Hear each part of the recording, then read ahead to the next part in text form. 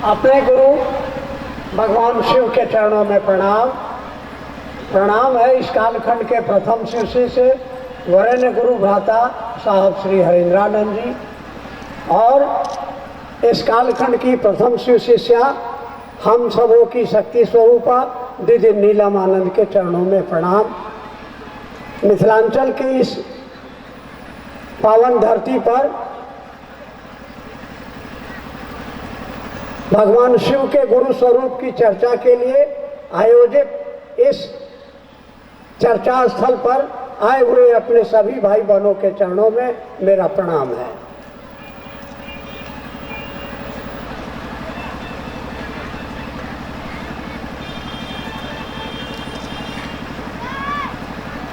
जगत गुरु भगवान शिव की शिष्यता।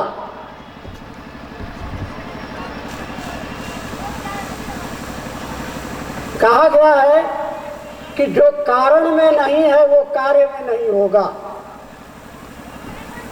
हमारे धर्मशास्त्र में ऋषि मुनियों ने कहा कि वह शिव जो ईश्वर है, कारण तू कारण महेश्वर, वो कारण के भी कारण है और स्वयं अकारण है। उनका कोई कारण नहीं है, और कारण का नियम कहता है कि जो कारण में नहीं होगा वो कार्य में नहीं होगा। तो गुरु का पद भी उस ईश्वर के अंदर ही है। अब ईश्वर ही गुरु है, लेकिन दोनों में अंतर है। वह ईश्वर इच्छा ज्ञान क्रिया सच्चित आनंद, ये सारे लक्षण जिसमें है वो कहा गया कि ईश्वर में है। वही ईश्वर जब गुरु की कुर्सी पर बैठेगा तो उसमें सत्य नहीं रह जाएगा, यानी अब वह सापेक्ष हो गया। ईश्वर के रूप में वो सबके लिए बराबर है। आपके अपने नियमों के अधीन वो आपको सुख देगा दुख देगा, लेकिन वही ईश्वर जब गुरु बनेगा तो सापेक्ष हो गया। गुरु का पद केवल और केवल शिष्य के लिए है।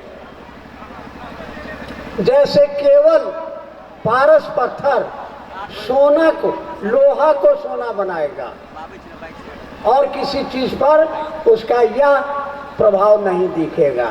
माथा फोड़ लीजिए, माथा फोड़वा लीजिए, लेकिन सोना बनेगा लोहा, चाहे वो कसाई के घर का लोहा हो या गंगा जल से धोया हुआ लोहा हो। लोहा है तो उसको वह पारस पत्थर सोना बना देगा। वैसे ही जगत गुरु भगवान शिव वो गुरु है। गुरु का मतलब, तो गुरु की परिभाषा में हमारे ऋषियों ने बताया कि जो बोल के, छू के, दर्शन दे के आपके मन में जगत के प्रति आकर्षण को बदल कर ईश्वर के प्रति, शिव के प्रति प्रेम पैदा करा दे, उसको गुरु कहा गया। ऐसे गुरुओं को साधन सिद्ध गुरु कहा जाता है। वो आपको बोलकर या छूकर या दर्शन देकर आपके मन में उस परमात्मा के प्रति, शिव के प्रति प्रेम का अंकुरण करा दे, उसको कहा गया गुरु। इसी काम को, यानी आपके मन में परमात्मा के प्रति प्रेम का अंकुरण मात्र अपनी दया से करा दे, उसको कहा गया सद्गुरु। और भगवान शिव को कहा गया कि वो गुरुओं के गुरु हैं, वो सद्गुरुओं के गुरु हैं, वो आदि गुरु हैं, वो जगत के गुरु हैं, वो गुराधिपति हैं, वो गुरुओं के राजा हैं, क्योंकि वो सारी शक्तियां उन्हीं के अंदर से निकली हैं। अगर शिव गुरु नहीं है, अगर परमात्मा गुरु नहीं है, तो धरती पर कोई गुरु नहीं हो सकता। तो जगत गुरु और शरीरधारी गुरु में अंतर है, सद्गुरु में भी अंतर है।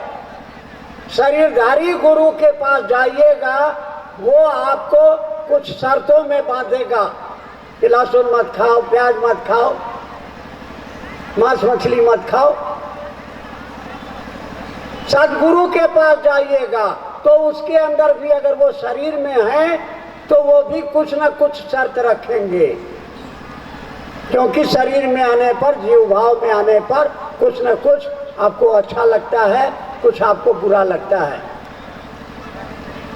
लेकिन जगत गुरु की कुर्सी पर बैठे हुए शिव, वो जगत के गुरु हैं, यानी धरती का कोई भी मनुष्य शिव को अपना गुरु बना सकता है। जगत का गुरु यानी धरती पर जो भी मनुष्य के शरीर में व्यक्ति है वो शिव को कह सकता है कि हे शिव, आप मेरे गुरु हैं, मैं आपका शिष्य हूँ। और जगत गुरु नहीं कह सकते हैं कि हम तुमको चेला नहीं बनाएंगे, काहे कि तुम मांस खाता है, तुम चोर है, तुम साधु है, तुम संत है।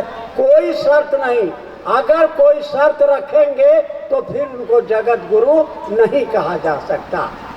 तो हमारे शास्त्रों में हमारे 4 वेद, 108 प्रमुख उपनिषद, 18 पुराण, महाभारत, वाल्मीकि रामायण, तुलसीकृत रामचरितमानस, इन सभी पुस्तकों में लिखा गया है कि शिव गुरु हैं, आदि गुरु हैं, गुरुओं के गुरु हैं, जगत के गुरु हैं।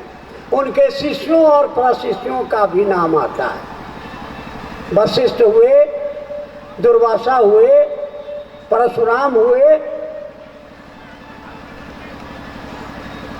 लेकिन उनके किसी शिष्य ने हमारे आपके जैसे लोगों को नहीं बताया कि हमने शिव को गुरु माना, उनसे ज्ञान प्राप्त किया, आओ तुम भी शिव को अपना गुरु बना लो। 10,000 साल के इतिहास में पहली बार हमारे वरेण्य गुरु व्राता साहब श्री हरिंद्रानंद जी ने अपने जीवन के 15 बहुमूल्य क्षणों को अध्यात्म की तलाश में गुजारा। मैं इसका साक्षी हूं। आज से 28 साल पहले 1966-67 में जब वो साहेबगंज कॉलेज में मेरे विद्यार्थी हुआ करते थे और मैं उनका प्रोफेसर हुआ करता था, मुझको जबरदस्ती ले जाते थे पकड़ के।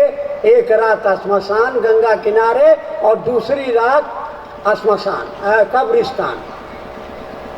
ये सिलसिला बिना किसी रोक टोक के चलता रहा। उनकी आध्यात्मिक यात्रा चलती रही, मेरा साथ छूटा, लेकिन उनकी यात्रा बहुत सारे तांत्रिक आए, अवघड़ आए, अपने को सदगुरु कहलाने वाले गुरुओं भी उनके जीवन में आए।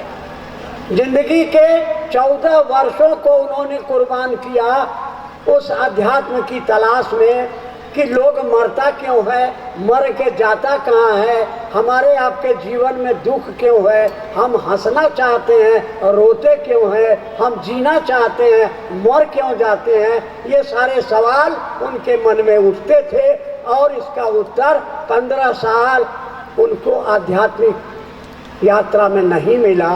और तब 1974 की एक आधी रात आरा के गांगी श्मशान में रात के 1:30-2 बजे बैठे हुए हैं एकांत एकाकी, मन में विचारों का तूफान चल रहा है। साथ में पढ़ने वाले विद्यार्थी, कोई हाकिम हो गया, कोई डॉक्टर हो गया, कोई इंजीनियर हो गया, और उन्होंने सोचा कि मैंने क्या पाया, क्या हासिल किया।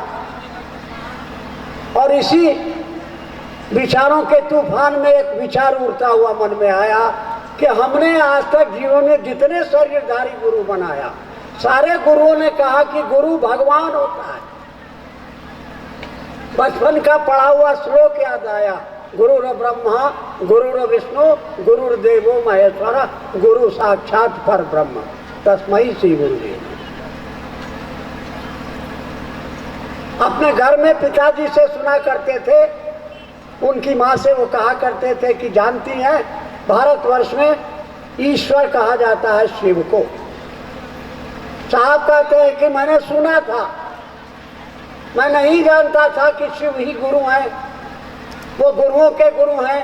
वो जगत के गुरु हैं। मुझको उस समय कोई जानकारी नहीं थी। मैंने सुना था कि ईश्वर शिव को कहा जाता है और मैंने शिव को अपना गुरु मान लिया इस गणित के आधार पर कि जब सारे शरीरधारी गुरु कहते हैं कि गुरु भगवान, तो भगवान गुरु क्यों नहीं? और भगवान उन्होंने सुना था शिव को कहा जाता है, तो उन्होंने शिव को गुरु मान लिया। लेकिन चोट खाया हुआ, धोखा खाया हुआ मन था और इसीलिए उन्होंने मन ही मन कहा कि देखिए भगवान शिव, मैंने आपको गुरु तो मान लिया, मुझको इस बात का भरोसा है कि आप ज्ञानवान दीजिएगा नहीं, यहाँ भी कुछ मिलने को नहीं है, लेकिन अब सारे रास्ते बंद हैं, कोई मुझको नहीं बताने वाला है, हमने आपको गुरु मान लिया, तो अब मरेंगे आपकी चरण में, बर्बाद हो जाए तो हो जाए, मर्द की जुबान है, अब लेंगे आपसे, सीखेंगे आपसे, नहीं तो बर्बाद तो होना ही है। और सुनिए, हमको अब भरोसा नहीं रहा, इतना धोखा, इतनी चोटें हमने खाई हैं कि अब भरोसा रहा नहीं, इसलिए हमने आपको गुरु तो मान लिया, अब छोड़ेंगे नहीं आपको, आप ही की शरण में रहेंगे। लेकिन हमारी 3 शर्त है। क्या? आसमान से अगर आप मेरे सामने उतरेंगे, जो हम कैलेंडर में भगवान शिव की फोटो देखते हैं, हाथ में त्रिशूल, गले में सांप, माथे में जटाजोट, आपको गुरु नहीं मानूंगा। क्यों? क्योंकि हमने श्मशान की साधना के क्रम में बहुत बार देखा, आसमान से उतरती है, देखने में लगा कि साक्षात शिव है और बाद में पता चला कि ये तो प्रेत है। आज भी आपके गांव में बहुत सारे बहुरूपिया पहुंचते होंगे, काली बन के, कोई हनुमान बन के, कोई फरहाद बन के आता है, कोई लैला मजनू बन के आता है, आप उसको कुछ दे देते हैं। तो कहा कि आपका रूप धारण करके प्रेत आते हैं और लोगों को दुख पहुंचाते हैं। प्रेत आदमी को दुख पहुंचाता है, प्रेत किसी का भला नहीं करता है। तो भैया, अगर आप मेरे सामने आसमान से आओगे, आपको गुरु नहीं मानूंगा। खुश रहिए चाहे नाराज रहिए, अपना घरे रहिए। दूसरा, आदमी के रूप में आके बोलिएगा कि हम ही हनुमान, हम ही महादेव हैं, हम तब तो और लफड़ा है। रावण साधु बन करके गया सीता मैया को भिक्षा मांगने और उठा के ले गया लंका। आदमी पर, साधु पर तो भरोसा ही मेरा उठ गया। अगर आदमी बन के आके बोलोगे कि मैं ही महादेव हूँ, आपको गुरु नहीं मानूंगा, आप खुश रहो चाहे नाराज रहो। तीसरी शर्त हमारी क्या है कि भैया हमसे अब कुछ होगा नहीं, आप हमसे जो करना है कराना है करवा लीजिए, मैं कुछ नहीं करूंगा। और साहब श्री हरिंद्रानंद जी का कहना था कि जानते हैं, हमने शिव को गुरु माना था न मोक्ष के लिए, न मुक्ति के लिए, न पद के लिए, न सम्मान के लिए। काहे के लिए? तो चमत्कार सीखने के लिए। बड़ी छोटी सी चीज। हम लोग कब्रिस्तान में कब्र पर बैठ के सोचा करते थे कि जब सिद्धियां होंगी और सामने में धुनी जलती रहेगी, बड़का बड़का दाढ़ी बढ़ा के रखेंगे, लोग आके कहेगा कि बाबा बहुत तकलीफ में है, तो उठाएंगे भाबूत, कहेंगे जा बच्चा तेरा भला होगा। ये चमत्कार सीखने के लिए हमारे साहब श्री हरिंद्रानंद जी ने महादेव को गुरु माना था। वो अपने कहते थे कि मैंने बड़ी छोटी चीज के लिए माना, लेकिन 1 साल तक वो रोते रहे। दीदी नीलामानंद ने मुझको बताया था कि उन दोनों वो बैठकर रोते थे एकांत में कि हम तो फंस गए, उस महादेव को कैसे, कहाँ ढूंढें, किताबों में कुछ नहीं मिल रहा है, कोई जानकार नहीं मिल रहा है। वो रोते थे और गुरु ने किया कमाल। 1 साल के बाद तुर्क का, जो मुजफ्फरपुर से 10 किलोमीटर पश्चिम की ओर है, उन दिनों उनके पिताजी वहाँ एक वहाँ स्कूल है, उसके प्रिंसिपल हुआ करते थे। वहीं शाम को आम के पेड़ के नीचे बैठे हैं, पान खा करके, हाथ में चाबी का गुच्छा घूम रहा है, कुछ विचार चल रहा है। अचानक लगा कि जो सांस अंदर गई नाक से तो नमः गया, और जो सांस निकली तो शिवाय, और मुंह से हठात निकला अरे रे रे, यह तो खोजत रहने। हाथ से चाबी गिर गई। दूर आंगन में बैठी माँ पूछ रही है का भुलाई रहल है, का भुलाई रहल है। 2 बार कान में आवाज टकराई, होश में आए, चाबी उठाई और कहा कि कुंजी गिर गई रहे, आध्यात्म की कुंजी मिली।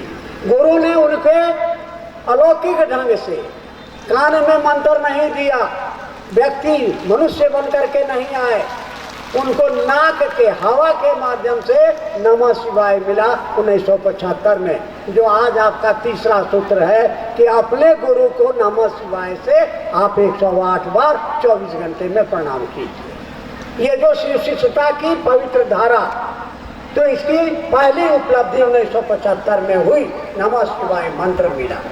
8 वर्षों तक गुरु ने उनको कुछ नहीं कहा, लेकिन एक शक्ति उनके अंदर आ गई। कोई उनके आगे रोता, अपना दुखड़ा सुनाता, मन में सोचते और उस व्यक्ति के दुख दूर हो जाते। कुछ ऐसी घटनाएं हुई तो मन में एक डर समाया, कहीं कोई प्रेत, कहीं कोई जीन तो हमको नहीं पकड़ लिया है, जो सोचते हैं हो जाता है।